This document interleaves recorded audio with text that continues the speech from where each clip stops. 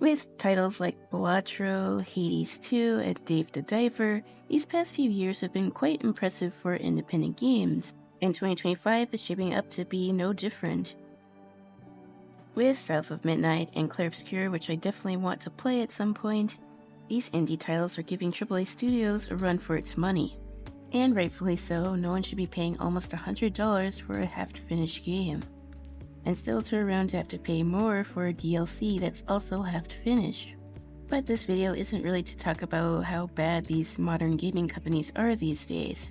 It's to talk about the brilliance that is independent games and how that ties into a healthy art community. I'm Ayasuna and I make videos, more specifically art videos. And today I'm doing something a little bit different where I break down a game that I recently played to see the artistic motivations behind them.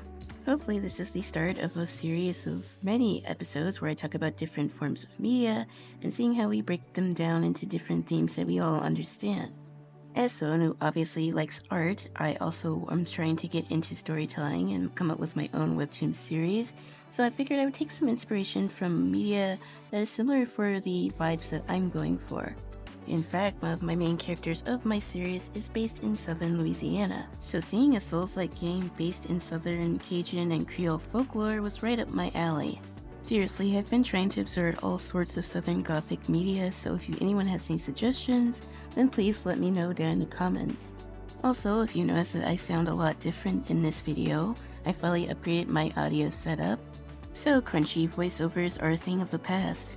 But enough about my audio setup, and more about the topic of today's video, and that is the review of South of Midnight. But before we get started, let's lay down some ground rules about how I'm going to talk about this game. Obviously, this game is very story-focused, so obviously there's going to be spoilers ahead because I'm going to talk about the plot of the game. And I'm also not going to solely focus on the gameplay, and while gameplay is of course important in a video game review, I'm mainly looking at this through an artistic/storytelling perspective. I'm mainly going to talk about gameplay if I think it adds or detracts from the overall story and world. There are better YouTubers out there that talk about the actual game performance in relation to this game. Though I will say, this game ran pretty well on my old potato PC, so I gotta give this game props on optimization. So with that out of the way, it's time to get into the meat and potatoes of this review. So the main story of South of Midnight focuses on Hazel Flood and her mother, Lacey. And just like any other young adult coded media, the mother-daughter duo get into an argument. Essentially, Hazel thinks that her mother's always busy with work and that she never really has time for her as her daughter. Now, Hazel is an up-and-coming track star, and obviously she goes to a ton of track meets. However, Lacey, her mother, is a social worker. She deals with abused and neglected children, which is also a prominent theme in this game. Now, Lacey doesn't strike me as a neglectful parent per se, but there's definitely parents out there that put their career ahead of their children. And it's not exactly always a conscious decision, of course. Parents still need to make money. The whole conflict between the mother and daughter duo doesn't feel contrived, as this is something that a lot of families deal with. In America, and especially the South, there's not as much of a work-life balance. Parents often have to miss their children's events so many times because they don't get the time off to actually enjoy their family. Now, this is something I don't really want to harp on too much, but I think this is worth mentioning. Family is an important thing, especially in the South. So pretty much both sides say things that they don't mean, and Hazel's mother tells her to go check on the neighbors because a huge hurricane is on the way. And I do strike it as accurate that the family is preparing right when the storm is approaching and not days beforehand. That's typical to how Floridians and people from Louisiana and Texas deal with hurricanes. It also reminds me that hurricane season is fast approaching in my area, and yikes, I'm not quite ready yet. So when Hazel does return from checking on the neighbors, she comes to see that her house and everything in it, including her mother, has been swept away by the storm. This isn't any regular hurricane. This hurricane also has supernatural powers, and the fact that it swaps up old spirits of the dead in order to torment our main character. These spirits, also known as haints, cause this corruption, which is known as stigma, which is pretty much destroying the natural world. If you could guess, these haints and stigma are pretty much the souls that you need to collect in this particular game. And obviously, since this is an adventure game, Hazel has the ability of a weaver, an individual who can perceive and tap into the power of the strands to defeat the Haints. As such, she's able to see the manifestations of people, both past and present, twisted by their negative emotions, and yada yada yada. She can heal these people. So pretty much with each person that she helps cleanse, she's closer to finding her mother and figuring out why these things are appearing in the first place. It's kind of obvious that this game heavily deals with family relationships and how we deal with grief and loss. This isn't the first game to talk about how people's negative emotions lead them to turn into monsters, both literally and figuratively, especially if they don't learn to deal with these negative emotions. Both Final Fantasy X and Persona 5 deal with these types of themes. And it makes sense, these are all issues that we will all have to deal with at some point, whether we like it or not. Now, unlike FF10 where we have to deal with fiends, or Persona 5 where we have to deal with shadows, Haints do have a basis in African American folklore. Haints are evil spirits, and the term Haint comes from the Gullah Geechee Nation, a group of people that settled in the Southern Carolina Islands during and after the end of slavery. Haints themselves are often told in folklore stories relating to stories of the Civil War and, of course, slavery. Now, an interesting bit of lore that I found during the research of me making this video is that Haints are supposedly deterred by the color blue. And Hazel in the story carries around a blue bottle that looks a lot like a shield potion. Pretty much the goal here is for Hazel to use the bottle to lure away the bad spirits that are corrupting people, as well as the surroundings that she finds herself in on her way to save her mother. Now, before I go any further in this review, it is nice to see hoodoo being portrayed in a more positive light. The same can be said for other forms of African American folklore. This is a topic that doesn't get a lot of coverage in media, and especially not video games. And due to that lack of exposure, hoodoo became one of the most misunderstood forms of beliefs in the world. And hoodoo isn't exactly an organized religion like you would think of Christianity. Hoodoo is more or less a deeply personal folk magic tradition. There are no set rules, and technically, one person's hoodoo is not necessarily another person's hoodoo. And hoodoo was a form of resistance against slavery. Now, I'm trying to study a bunch of different forms of hoodoo because, again, it's going to apply to my own original characters. And while I'm not a practitioner of it myself, I did grow up around people who did practice it themselves. And the unfair rep that it's gotten as a belief system is definitely undeserved.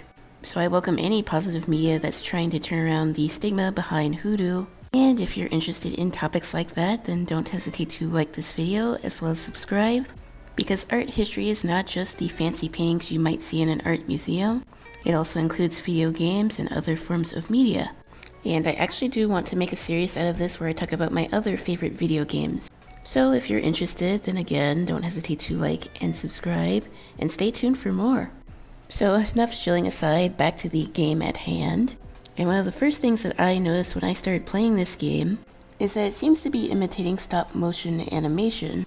And while it did seem to make my game stutter at some scenes, especially in more open sections, I did like the fact that they were trying to do something different.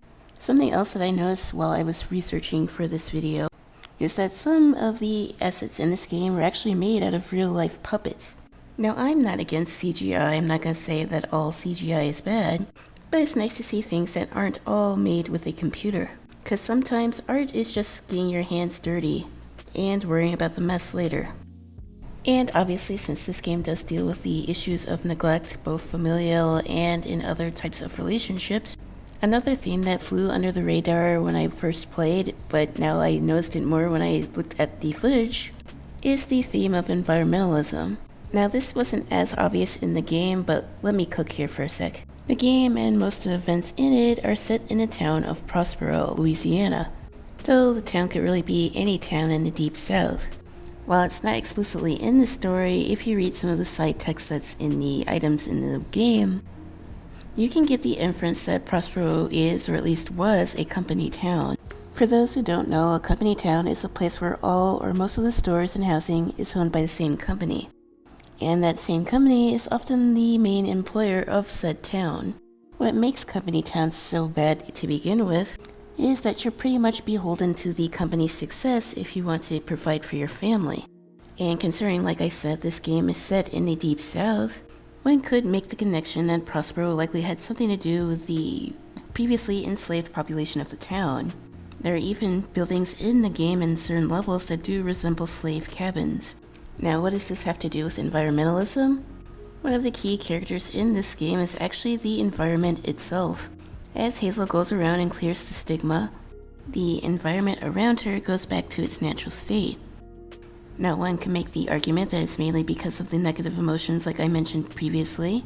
I think part of why the stigma appeared is a response by the environment. Stigma itself is a form of pollution. And what's more prevalent in the Deep South than oil refineries and large oil and gas companies, many of which are responsible for pollution in the Gulf states. So it isn't exactly a stretch to say that whatever the Prospero company did to the town, it's led to the actions in the game. Both the working conditions that led to the abuse of many of the children and people in the game, and the environmental aspect, which is why we have walking, talking alligators and talking catfish. It's actually proven that long-term exposure to pollution can lead to hallucinations. Coincidence? I think not. And to add to this theory of mine, Hoodoo itself, a mix of both indigenous and West African influence, has a heavy reference for nature. I mean, the game itself starts off with a natural disaster. I do think that this thing could have been a little bit more prevalent in the main story, but I think that this game, talking about this at all, I think is a really important thing. Now, I know this is a bit off topic, but the series Godzilla is also based in environmentalism. The whole notion of big monsters appearing because of pollution is not a new theme when it comes to movies. I think it also shows that a monster doesn't just have to be a person and their ideal, it can actually be the environment itself. And that's the reason why a lot of 2000s games focused on natural settings like beaches. At the time, it was really popular to clean the garbage that was collecting at the bottom of the ocean. And if people saw these natural places, they'd be more inclined not to litter all over the place. Well, we see how that went. I think it's a net positive to see more games feature nature in its natural form, although in a world with talking catfish, that isn't exactly the most realistic. But I think you can understand that environmentalism is important, especially in the South, and needs to be shown more in other forms of media. And I think overall this game does have really good bones. Despite what bigots on Twitter say, representation is quite important. There aren't too many games with black protagonists to begin with, especially black female protagonists. So seeing a protagonist be someone that could realistically be my friend or someone that I know in my real life is actually quite inspiring, and it's actually inspiring my own original characters. With technology constantly advancing, it is good to see that making your own game doesn't have to require such a large studio. Game development is becoming more and more accessible these days. And like I said at the beginning of the video, I believe that also ties into having a healthy art community, because it proves that you don't really need expensive tools or gear or software to be able to make something that fits your vision. Now that's a topic for another video, and again, if you like topics such as this one, then don't hesitate to like as well as subscribe. So yeah, as a bit of a recap so far, what I like about this game is that it has good bones, like I said. The characters do feel like real, actual people. And apart from that, I also really enjoy many of the designs in this game. If I had to choose like what art style this reminds me of, it reminds me of both Into the Spider-Verse as well as Arcane, if that makes sense. Like when I first saw Hazel's character design, I couldn't help but think of Mel.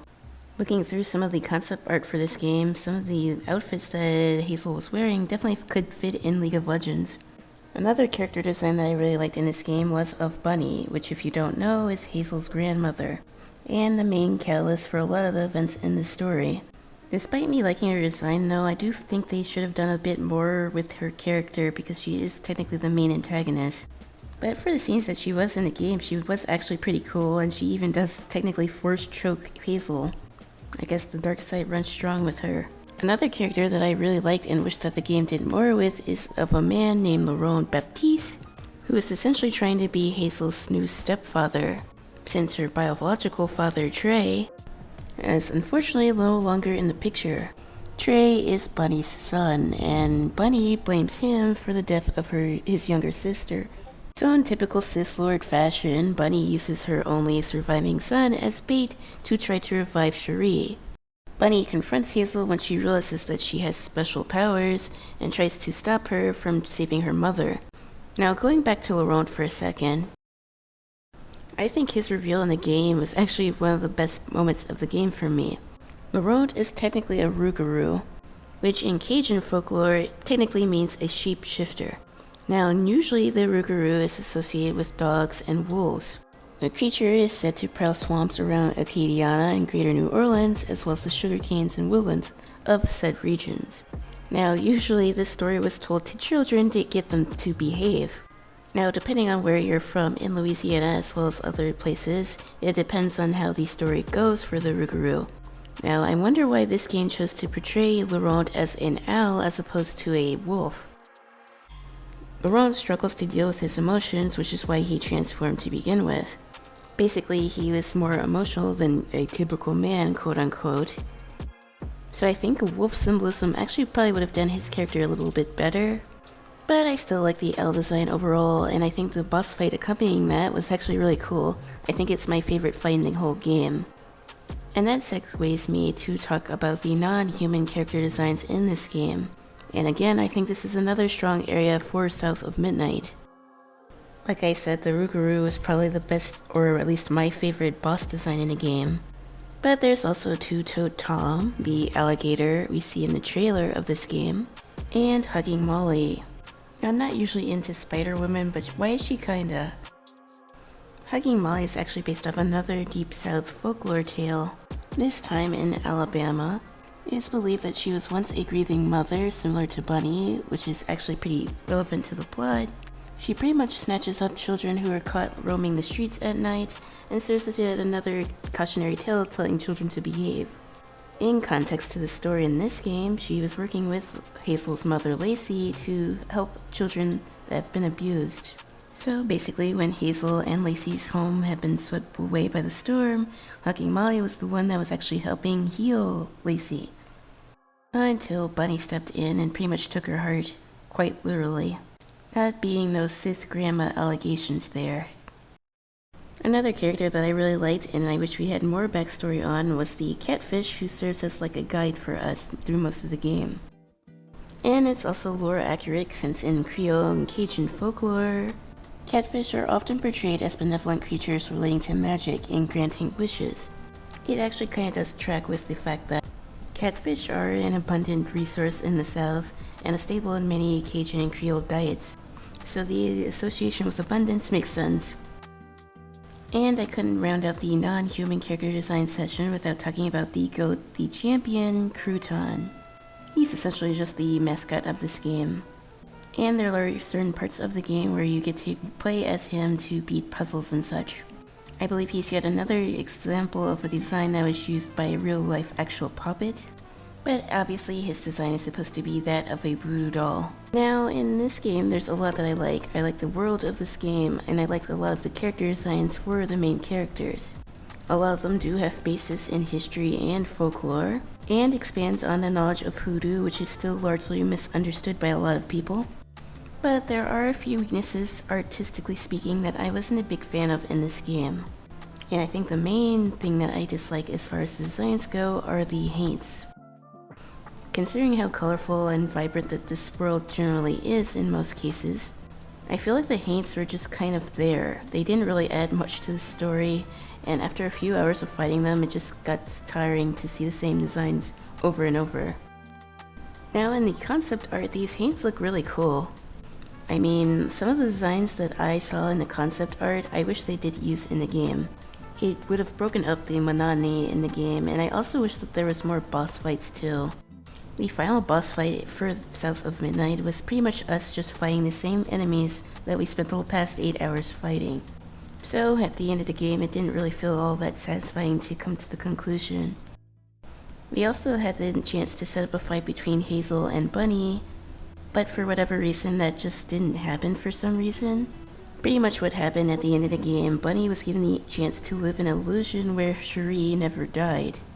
And that was pretty much the end of it. Grandma bounced and happily ever after. Now, I don't know if this game is going to have a DLC or maybe a future expansion at some point. Given how the story ended, I'm not too sure if that's actually going to be a thing or not. But I did feel like after Chapter 7, the production team probably felt rushed to complete the game, and as a result, the last few chapters did feel a bit rushed in my opinion. I think like after the Rougarou fight, everything else sort of fell off. I almost wish that the Chapter 7 fight was at the end of the game. It would have made for an exciting final boss.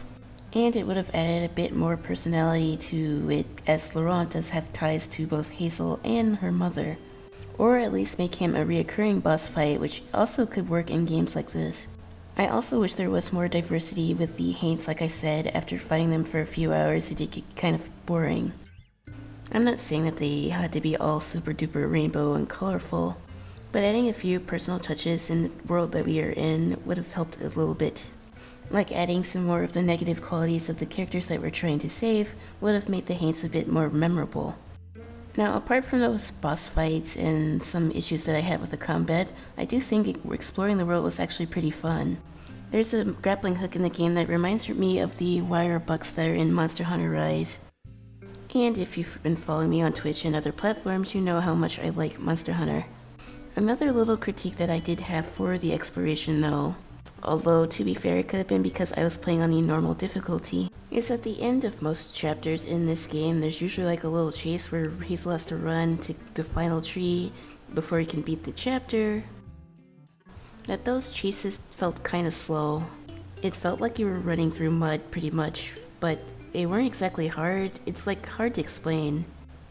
I guess it just felt like these races weren't exactly high stakes. Like Hazel was just going on a morning jog and not really running from a demon that was threatening to swallow the whole world. Now this could just be me being nitpicky. Like I said, I didn't change the difficulty once I started this playthrough. And if I ever do decide to go back to this game, I might actually beat it in the hardest difficulty to see if there's any notable changes. That said, if you're mainly into this game because of the world and the story, it might be worth just doing this story mode. That way you don't really have to waste time with tedious fights. Though, like I said, I did enjoy most of the boss fights in this game. I think overall, I do enjoy this game. It is trying to do something that is not really done in the gaming scene. Like I said, there aren't too many black female protagonists, and there aren't many stories in games that talk about southern folklore. And it's also nice to see action games not just be set in the typical Game of Thrones setting. And this is coming from someone who's currently addicted to Final Fantasy XIV again. I do think this game does have good bones, and I am interested to see what these developers decide to do in the future, whether it's continue with this game or start something else different. And I think this whole notion of independent games starting to outperform bigger titles is proof that the art industry isn't completely doomed as one might think. While the animation industry definitely has taken the beating these past 10 years or so, these indie groups are starting to pick up the slack where other industries have failed. Now, I'm not saying that being an indie game dev is easy. I'm definitely not saying that at all. There's still quite a lot of luck in order to make your game be successful, just like any other artistic project. Just like drawing, of course, if you learn how to do it and you keep doing it, even on smaller projects, the skills you learn can definitely take you to other places. Plenty of indie games do fail from one reason or another, whether it's development issues or just lack of advertisement. The ones that do end up being quite successful prove to be a quite unreasonable alternative for gamers. They offer just as much enjoyment as some AAA titles, and for a fraction of the price. And I think they also serve as inspiration for artists in the sense that indie developers are more willing to try something different. I feel like a lot of AAA studios are trying to just stylize their games as ultra-realistic, which can be appealing in some instances, but are overall quite boring. Cough, Final Fantasy, cough. Maybe that's why I'm such a big Atlas fan. Whether you've played Persona or not, you've definitely seen the artwork for Persona at some point, and it's definitely iconic. Even the UI for Persona is just game-breaking on its own. But that's for another video. In short, I still think that this game has a good foundation. It has a lot of good ideas, but I just wish it spent a little bit more time cooking on those. I also wish that the battle system was a bit more interactive, more or less. I do wish the design for the main random encounters were a bit more varied. I do like the character designs and I like the world itself. It talks about darker themes, yet still keeps a whimsy quality to it. Like, I complained so many times about other games, but I do like it when a game is both light and dark, if that makes sense, in the sense that it doesn't take itself too seriously. I also like the fact that it talks about the part of the world that's often quite overlooked when it comes to video games and other forms of media. So between South of Midnight and Sinners, I really do want to see more Southern Gothic media out there. And again, if anyone has suggestions, then please let me know down in the comments. But I think that about wraps up everything that I wanted to talk about in this video/review. And if I wanted to give this game a rating, I'd probably give it a rating of a strong 7 out of 10. The world and characters are a strong point of the game, but the combat is a bit lackluster, and towards the later half of the game, it does feel a little bit rushed. Some of the characters definitely could have benefited from being a little bit more fleshed out. But I'm a gamer who just tends to like to explore different areas, and that was a really strong topic for me that I really enjoyed. So that pretty much boosted up my rating of the game, but yeah. If you want a chill game to sink like 10 or so hours into, I definitely think that this is worth it. If you want something a bit more combat focused, then this is probably not the game for you. That said, I really did like making this review, and I want to do more reviews of different games, just understanding them artistically speaking, as well as how it ties into themes in the larger world around us. So yeah, again, if you like videos like this, then don't hesitate to like as well as subscribe, and maybe if we get a certain amount of likes in this video, I will review yet another game that I've played.